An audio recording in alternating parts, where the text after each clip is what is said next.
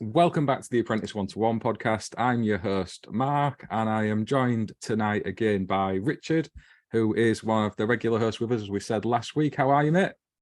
Very well, thank you, mate. Very well, very well. Battling on as you do. You know how it goes. Another day in the wonderful world of our industry. So Yeah, this is it. You've been out teaching again today. Oh, level 2s today. Make it look like you enjoy it. Hard work when there's 25 of them. You need like 100 eyes in the back of your head. You know, we've got a bit of a system now, so we're not too bad. Now they realise that until the workshop is completely tidy, everything's been put away and everything's been checked, the whole lot's been swept and all that, no one goes anywhere. So we've kind of took me a few weeks to get to that point, and all the tools go back where they came from. Accessories do all the screws back up because the screws fall out and things get missing and lost, and countersunk screws go back in the countersunk screw box, and the round head screws back in the round head screw box, so they're not all mixed up. And you know, it's a battle. Sounds like my screw box where they're all just chucked in together. We've also got Justin Watson with us tonight, and this is a new person on the podcast who we have been in touch with through Instagram. So how are you, Justin? I'm good, thanks, Mark. Yeah, busy week this week, but yeah, just cracking on. Just saying earlier, everyone wants the jobs due before Christmas at this time of the year, so it's a case of just getting everyone in as such. That's so true. Like this time of year, we all get those calls. Can you do me a job before Christmas? We really don't want you in at the start of December when all the decorations are up, and no one cares about us sat doing nothing all December. It's like, come on, it's only Christmas. What's the big deal?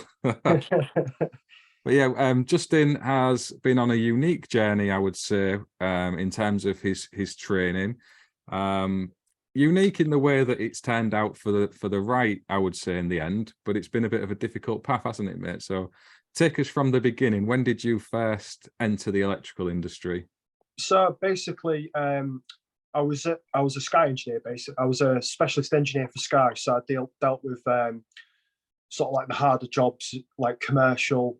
We did the cloud Wi-Fi, rope access work and things. And I always wanted to go self-employed, but I didn't think there was enough work out there just to do sort of like an aerial satellite role.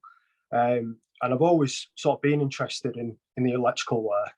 So I thought that would be a nice little route to go down. And obviously I'm 38, and I was looking at electrical courses, and I was inquiring to like local colleges in our area, and there was no sort of like full-time courses available. There was full-time courses available, but not for my age range, or I'd have to take 2 or 3 days out in a week. So I started looking down the short course route, which is obviously why we're on tonight. And yeah, basically I looked into the courses, and the little Part P course cropped up with the promise of, once you've done this course, you know, that's all you need to know, and you can get yourself out there and start working.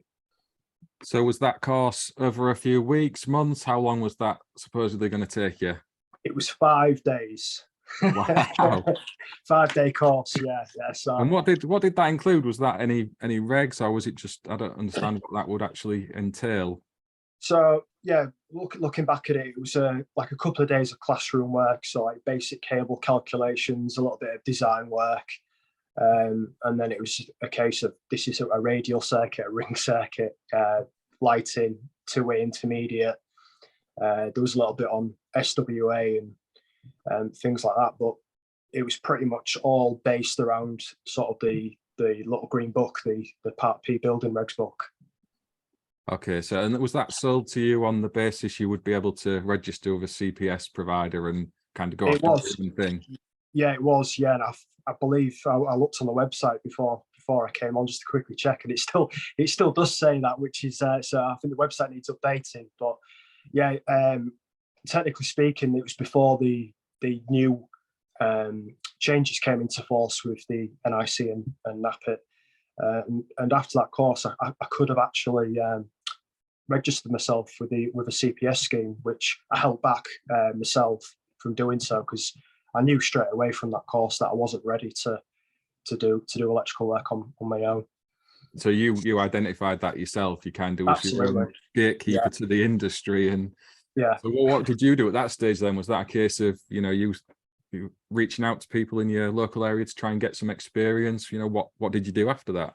So basically, yeah, I did my 18th edition. I did it online with the Sparky Ninja, Dave Watts, I believe it was. So I did a 5-day course with his on his website. Did that, completely passed it, and then in the meantime, I left Sky, and I got in touch with a couple of sort of local companies who weren't that interested. And luckily, I was just chatting to a friend of mine who had another friend who was an electrician, and he was looking for, I think one of his apprentices had just left him, and he was looking for an extra pair of hands. And really, really fortunate. He took a punt on me. I had a little sit down at his house beforehand and just explain my situation, my basic knowledge, and obviously explain the fact that I've sort of been in some sort of industry beforehand, so I'm not just coming from a desk job as such. I could, Yeah, I know how to get a cable from A to B and things like that. And yeah, really fortunate. He took a punt on me, and it's only a small family business. It's a father and son business, and yeah, the rest is history really. So I've just been cracking on. I do 3 days a week with him, and then 2 days I supplement with my own work. oh, that's great. So you're kind of already up and out there on your own to an extent anyway. And what was difficult at the start, you've kind of put right yourself. So maybe industry let you down a bit. Did you feel like you had good guidance? You knew at the stage you were coming into industry what courses you should be doing, or was it a bit figuring it out yourself and you weren't really quite sure and you believed some of the marketing on the internet and just went with it? Yeah, I mean, I'd say it was a bit of naivety as well, but I did recognise that there wasn't as many options for someone in my sort of situation. So I sort of had to roll with it as such. But yeah, a lot of it was off me on back of on the internet and seeing what was out there and what was available. And that's where I stumbled across the after working with the electrician for a couple of years. I stumbled across the NAPIT training, and they was offering a way to get your NVQ, obviously without going to college as such. So, okay, so how do you think about that, Richard? Then, having had that kind of experience as someone in training now, what's your thoughts on that? It's not a surprise, and if you don't mind me asking, Justin, how much was that initial Part P course? That was the most expensive course that I've done so far, and it was how much was it was in excess of £2,000. And do you feel like that £2,000 was a complete waste of money? Yes, definitely. Yeah. So there's, and as Mark knows, there's a big drive, and there's a lot of good people trying to eradicate this type of practice, isn't there? Within all walks of life, there are sharks, aren't there, which will prey upon the weak and offer certain things and promise you certain things, which leads to nowhere. And did you say that whoever offers this course, it's still on the website? Yes, it is. Yeah. Surprisingly. It's not good. It ain't good. And I mean, Part P is one of the many of the building regulations that there isn't actually, when they call it a Part P course, there isn't no such thing as a Part P course. Part P is, as you know, electrical safety within the various building regulations. So it is like a cancer, isn't it? That this short course promising this, promising that, and actually, it's doing good people like yourself not out of just the money, but also setting you down the wrong path. But luckily for yourself, you've obviously thought, hold on, I haven't really got the knowledge here. I don't have sufficient understanding of what I'm actually doing. But in the eyes of the course, I can go out now and do whatever I want. But at least you've kind of realised that and done something about it. And obviously, the best way to deal with it is to get real life experience, isn't it? With the Sparks, and by the sounds of it, you've landed on your feet a little bit with that. So after you've done that Part P, and it wasn't really worth toffee, what's your plans now? Then you're saying you're going to do maybe gain evidence for the MVQ and maybe do the experienced worker route, or what's the score with it at the moment? Yeah, so what I've done from there, obviously got the experience, a little bit of experience behind me. I'm nowhere, obviously, near like someone who's gone down the traditional route and had fair few years in the bag, I could recognise that straight away. So I did I think it is like an experienced worker with NAPIT training. Yeah. So back in, I think it was June, July time, I went down to the Mansfield site for a week. Yeah. And it's like an assessment week as such. So day one, you do it's like all the modules that the apprentices do. The young lad that I work with, he's a level 3 apprentice, so I can sort of see and compare. So all the modules and milestones that he's done, basically we had it compressed within a week. So you don't go there to learn anything. It's that you're just there to prove your competence. So we did like the health and safety test, the environmental legislation. There was testing and inspection, and then all through the week there's tests and exams, practical and theory, electrical theory. And then the 6th day you do the week after, it's kind of like an AM2 rig. So you basically build a rig using metal conduit, PVC trunking, all that sort of stuff, and wire it all up. And then from there, I've been given a portfolio via the Accordia portal, and I've just been uploading evidence since. Okay. So you've kind of found your feet a little bit, and you're more comfortable now in gaining that experience and building the portfolio up. Yeah. But the sounds of it, you're saying that the other stuff was kind of condensed. Yeah. In a week or whatever it was. How did you find that then? Because that to me is like it's ringing alarm bells a little bit as well. On the Part P or the NAPIT. So the NAPIT, it wasn't too bad actually. Like I said, when I signed up to that, you was sort of interviewed on the telephone. So, okay, great. So a bit of the skills and what do you know? What can you tell me? Yeah. So I had a good half an hour chat with one of the guys up there, and sort of like told him exactly what I've done, whether I've got enough experience to attend the course and all that sort of stuff. So yeah, they do sort of like sense check what candidates turn up to the assessment week, to be fair, prior to them coming. So, but like one guy told me whilst I was outside chatting, it's only as good as the information that they receive. So it doesn't stop people from sort of telling a few white lies to get themselves to that stage. Yeah.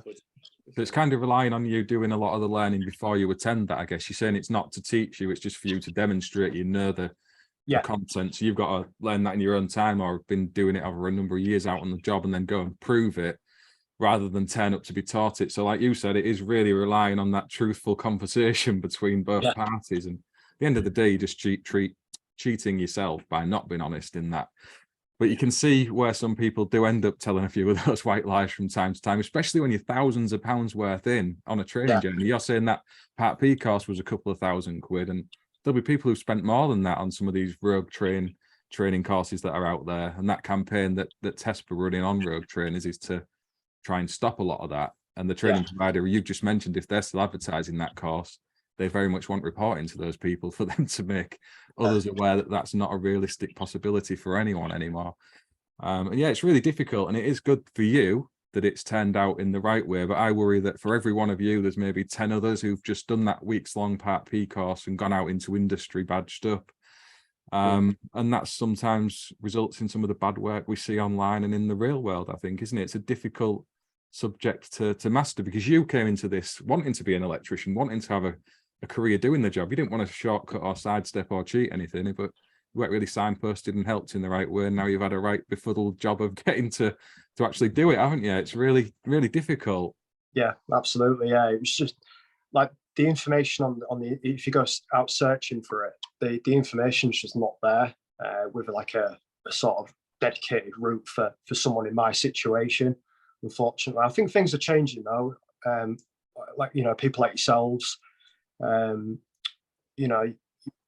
You are starting to sort of see people like re-trainees with a specific route to go down, but just at the time it was just I felt a little bit sort of in the no man's land with what courses I could do and what I was eligible for and things. So I think industry's caught up a little bit on that, because there's the careers website that again, TESP, I think, are behind ultimately, but it is separate to theirs, where it does have the flow charts now and lots of information for re-trainees, but that wasn't there maybe 2 or 3 years ago. This is all quite recent. So there has been this lag a bit in what training's been doing and what industry's been advising, and to see those things closed up is a positive, but obviously too late for you. So that's one of the reasons we do these podcasts, to try and reach some people who are looking at getting into our industry now and follow your path, Justin. And you sharing your story might help 1 or 2 of those people. So that's really good of you to come on and talk so openly and honestly about it. So now in your day job, what kind of sector are you working in predominantly? Domestic, commercial? What is it you're up to? So it's very much sort of 99% domestic. There is a couple of times we've done sort of light commercial work. We've done like emergency lighting in churches and things like that, but it's mainly domestic. We've got contracts with quite a high-end kitchen company. Work for a couple of builders, so it's pretty much domestic work that I do. Is that where you see yourself going when you are fully self-employed, if that's still the plan for you longer term? I think my options are limited, to be fair, Mark, because when it comes to the sort of commercial industrial, you obviously need a gold card, and even with my level 3 MVQ that I'm sort of hopefully getting as soon as I don't think it covers the requirements for the gold card. Okay. It's actually on the screen here. It's the LCL MVQ that they do, and it's the certificate in installing, testing, ensuring compliance of electrical installations in dwellings. So once I've completed that MVQ, I can join a CPS, but only as a domestic installer. Okay, so it's kind of maybe an equivalent to what is in the new domestic apprenticeship, I guess. Yeah. Is that anything you're aware of, Richard? I lost my train of thought then a little bit. I kind of went in my own brain off a little bit, thinking, well, where is your end goal for this? Because, not that I believe in the gold card, do I, Mark? Like you don't. But obviously, ultimately, that's what you're trying to achieve, isn't it? And that's where you want to get to. So, as you quite rightly say, when you get to do AM2E or AM2S, it'll probably be E, won't it? There is obviously all types of containment in there, which you generally won't come across doing the type of work you're doing currently. And of course, there is the domestic route, and that's going to have its own version of an AM2. But do you want to be restricted to domestic type work, or do you want to have the ticket to do most stuff? I'd imagine you'd want to try and be able to do everything. Maybe. To be honest, Richard, I'm quite happy to stick into a lane as such. I'm used to domestic work in my previous career. I'm used to building a rapport with a customer, that sort of stuff. Fixing problems. I like to provide a good customer service as well. So I'm quite happy just to stick to that sort of domestic sector. Really, I do enjoy it. So moving forward, maybe the domestic framework that's coming out later this year or next year, it'll be obviously now, they'll have their own AM2 version for that. I'm not sure of the details for that, but in essence, it will be a gold card that will enable you to do domestic type work, with that end game. So maybe that could be an option moving forward when the details get released. With that, I know Mark was directly involved.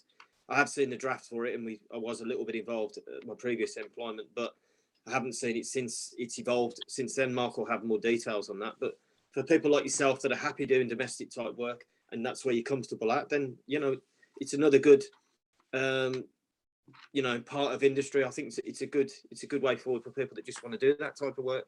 So, you've got to be heading towards that. And this LCL award, then, this portfolio that you're building, it's only building a domestic portfolio. It is, yeah. It's purely domestic, yeah. Got you. So again, it's a good option, isn't it? Great for you. And is it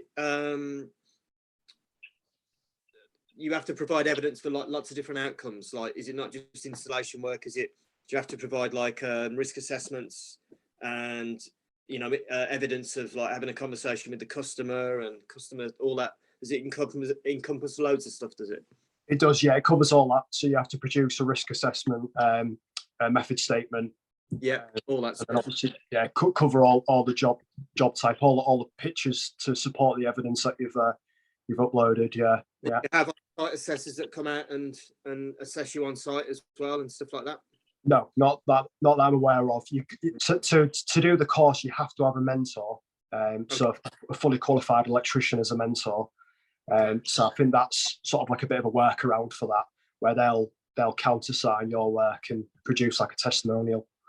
Okay, because I used to, well, me and Mr. or Sir Gary Hayes, we ran the domestic EAL domestic installer qualification a number of years ago back at Tresham College, and me and Gaz kind of ran that course, and we had to go out, me and Gaz, 3-4 visits over the year to go and have a look at what they were doing to gather evidence and stuff, to make sure that obviously they were not only meeting the criteria of EAL, but also doing things correctly and you know, advising them, giving them guidance and stuff.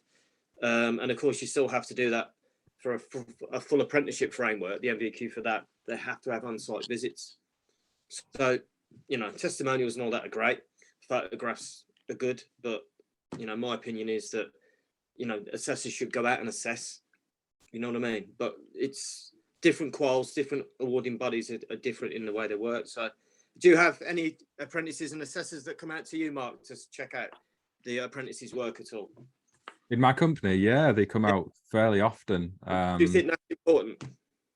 Yeah, more for the apprentice, I think, than anything else, because they get quite a lot from that. I think sometimes having somebody come out and critique you and put a bit of pressure on at times is a good thing for them.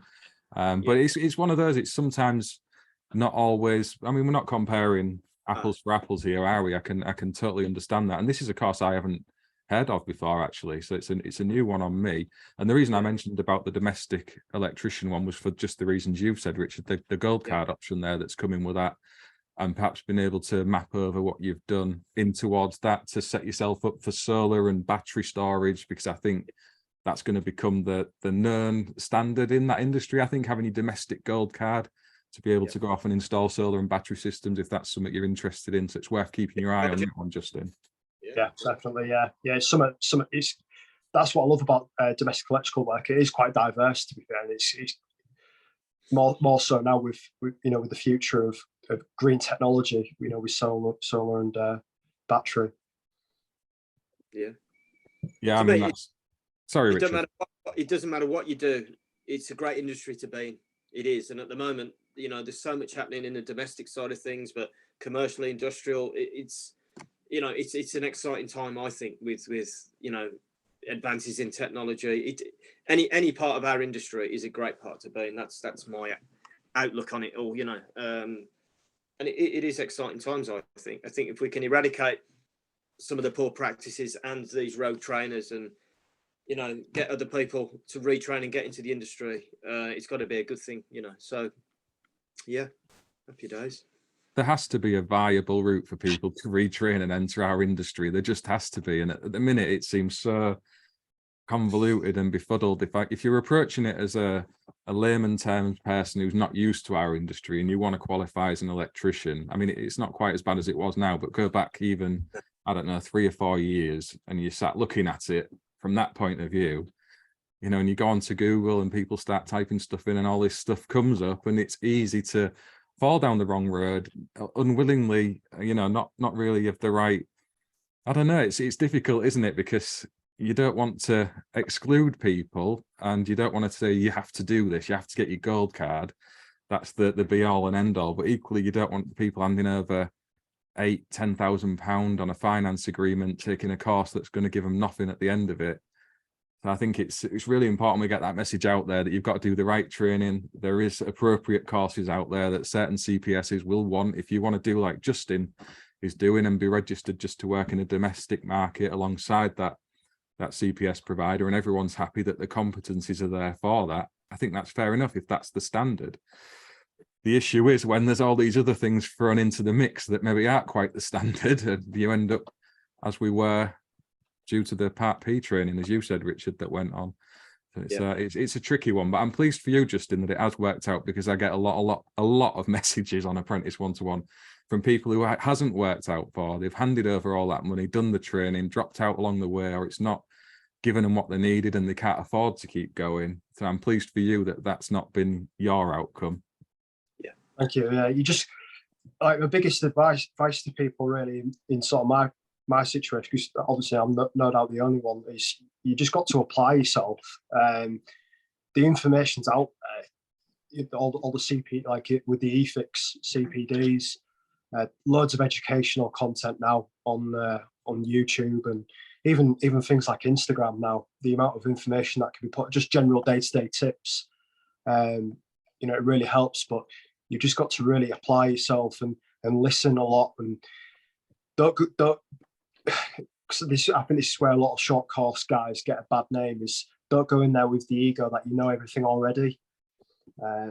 You've got to go there and learn as if you're just a day one, week one apprentice, really. You know, I'm ex-forces before SCAR, but the biggest advice I was told was, don't transmit, just switch on to receive, and just take as much information as you can and go from there. It's a really good mindset to get into, is that, and you're dead right. We can all do a bit of that. I think not just people who are retraining to be electricians listen more than we talk sometimes. And that's one of the purposes of speaking to people like you. It's better to get these stories from you guys who've experienced it, going through it, rather than us talking about what's actually happening. I think it's a really powerful story to share, that it's turned out okay for you in the end, but not without its difficulties. Is there anything else you want to mention while you're here with us on this podcast tonight? No, but basically, like I said, I just wanted to share my story, because I didn't want people to go down the same route that I've done, because it's not the right way. It's been an absolute cuff, really, from the start. So obviously, the best thing to do is obviously get advice from reputable people that will give you sort of unbiased advice, and not going straight to like a specific company and saying, right, what do I do to get from it, you know, to X, Y, Z, because they'll just sell you a course as such. So get good advice from people in the industry that know where to go. And yeah, it's like I say, you just got to have that little bit of drive about you as a re-trainee, because you've got to go out and find what you need. It's a little bit harder than, you know, sort of going down the college route, but it is doable. Just don't do what I did. I mean, you've made it work in the end, and you've pointed out some great resources there already with EFIX, and you said you did your regs course online with Sparky Ninja as well. So you've put contributors in the social media space front and foremost in your learning journey. So credit to you. I mean, how did you find that, doing your regs course online? That's something I've not done before.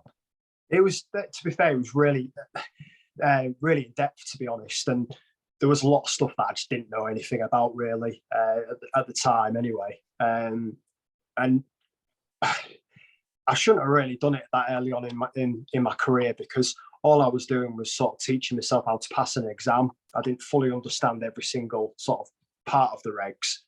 But obviously from there, I've kept at it. I do keep looking at the book, you know, I just put it down and let it collect dust. And I've got to that stage where I do understand a lot more now. But yeah, it was hard not being sort of an electrician and doing the regs course, because like I say, you just don't have that sort of underpinning knowledge. So when he's covering a certain section, it's totally fresh to you. When now, if thinking back at it now, I'd probably understand it a lot easier, because you just know it from day-to-day work. It's just the experience of doing it, isn't it? And that's one of the things that I have said industry maybe needs to look at, is making those courses for qualified electricians anyway. So you've got to be in the industry, if you like, to do your regs and do your 2391 and such. That's just a personal opinion of my own.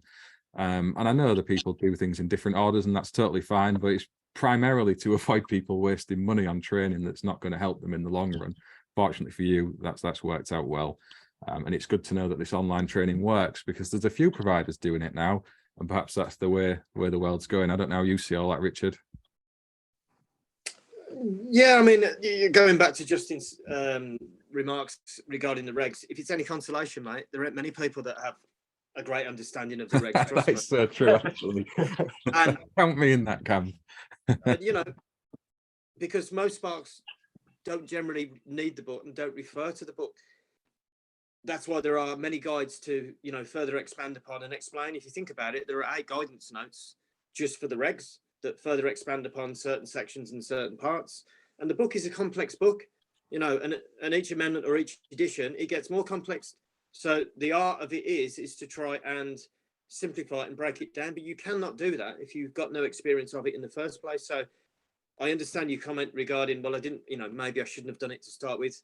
But then, you know, Dave's a very knowledgeable bloke, and he would have explained the certain parts very well. I'm sure, you know, he knows what he's on about. You did, yeah. But, you know, top man. But if you've got no experience at all, he's going to be talking like another language to you. And even when you do have experience, some of the regs, it's still another language. As Mark will probably, you know, join it. And I use the book quite a bit, you know, and I look at it every now and again and highlight bits and learn new bits, or I go and speak to Gaz or somebody else or Mark or whatever, because as an industry, sparks generally will feed off each other. And that's a good one.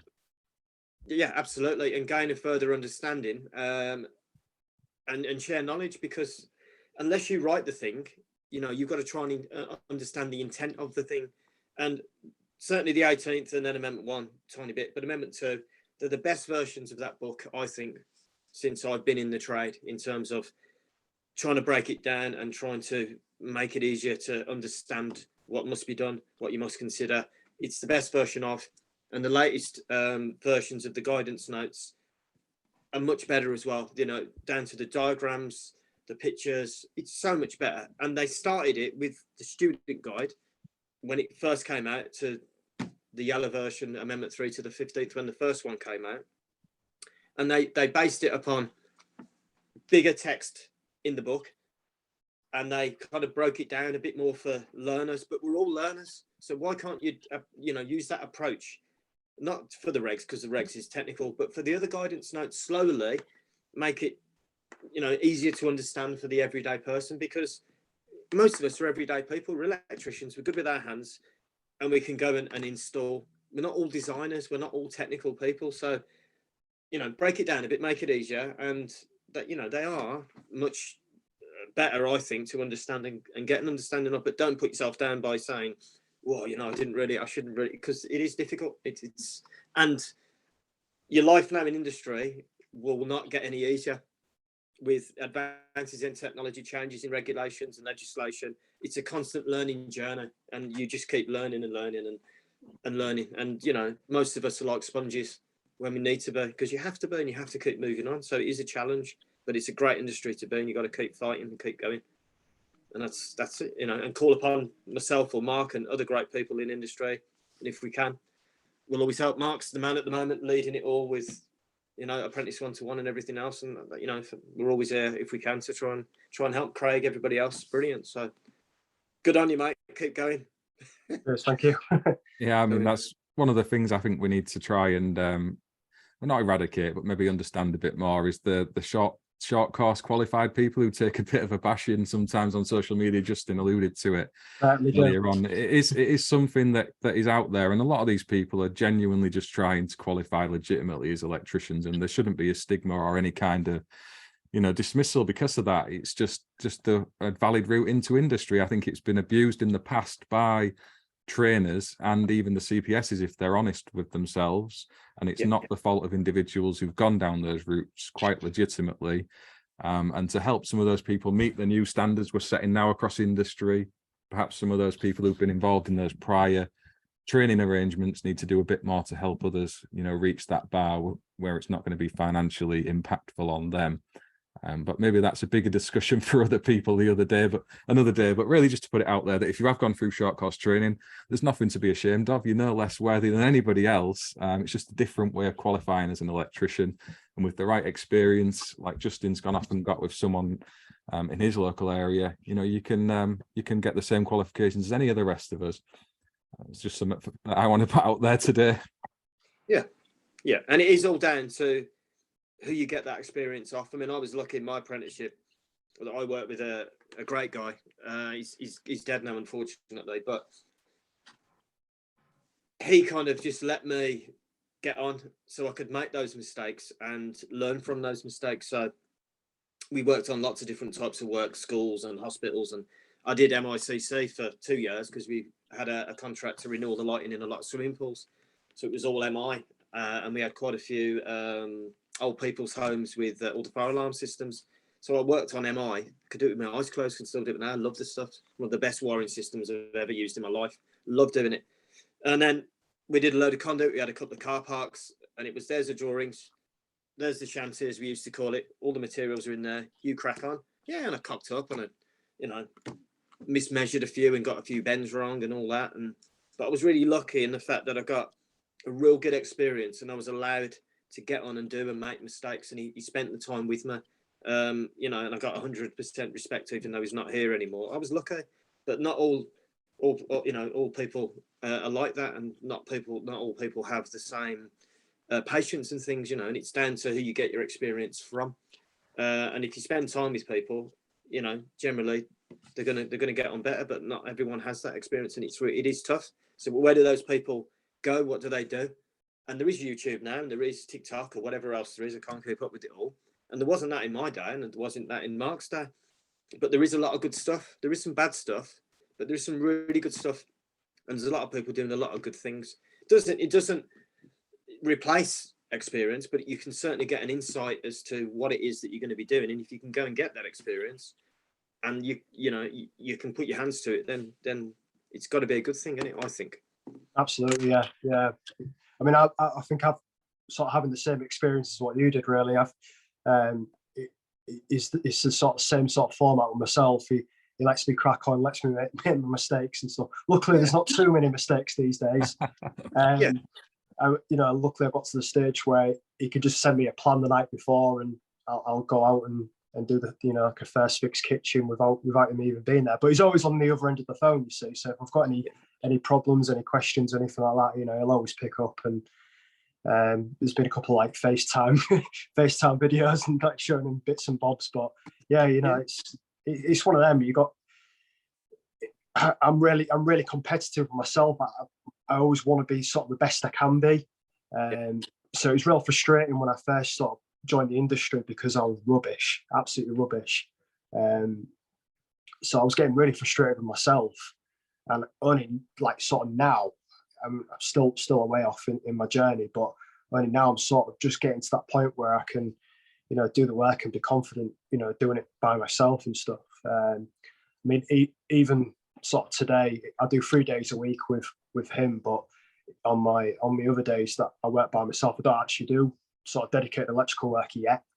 I sort of stick to I do a lot of Wi-Fi and security, CCTV and things like that. So it's only when I'm fully confident, and obviously side of the CPS scheme, that I'll actually do work on my own. I mean, the industry's desperate for keen and motivated people to come in and do this work. There's a demand for it. You're clearly one of those people, so we need the training sector to really step up and help you guys, I think, and hopefully that's starting to happen as you're finding, Justin. And it's really interesting to hear how you have got on and what is happening for you, and I'll certainly be following your progress as time moves along for you. For those of you who want to join me in that, I'll pop Justin's Instagram account into the description of the video and podcast if he gives me permission to do so, and you can go up and connect with him. And if you've got any questions, if you're on a similar journey, I'm sure he'll happily help you out.